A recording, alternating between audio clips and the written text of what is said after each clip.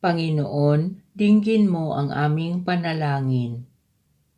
Para sa simbahang Katolika, naway maging tunay siyang tanda ng pag-asa para sa lahat at bukas na tanggapin ang mga dayuhan, mahihirap at mga nakadarama ng pag-iisa. Manalangin tayo sa Panginoon. Panginoon, dinggin mo ang aming panalangin. Para sa mga pinuno ng mga bansa, naway manaig sila sa pagiging walang malasakit at paboritismo at magsikap para sa pagkakaisa, pagkakapatiran at kapayapaan. Manalangin tayo sa Panginoon. Panginoon, dinggin mo ang aming panalangin.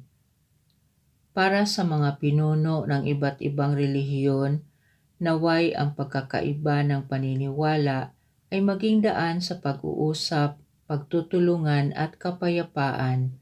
Manalangin tayo sa Panginoon. Panginoon, dinggin mo ang aming panalangin. Para sa ating mga mag-anak at parokya, naway lumago tayo sa pag-ibig at paggalang sa isa't isa at walang sinuman ang makaramdam na siya ay naiiba o napapabayaan. Manalangin tayo sa Panginoon.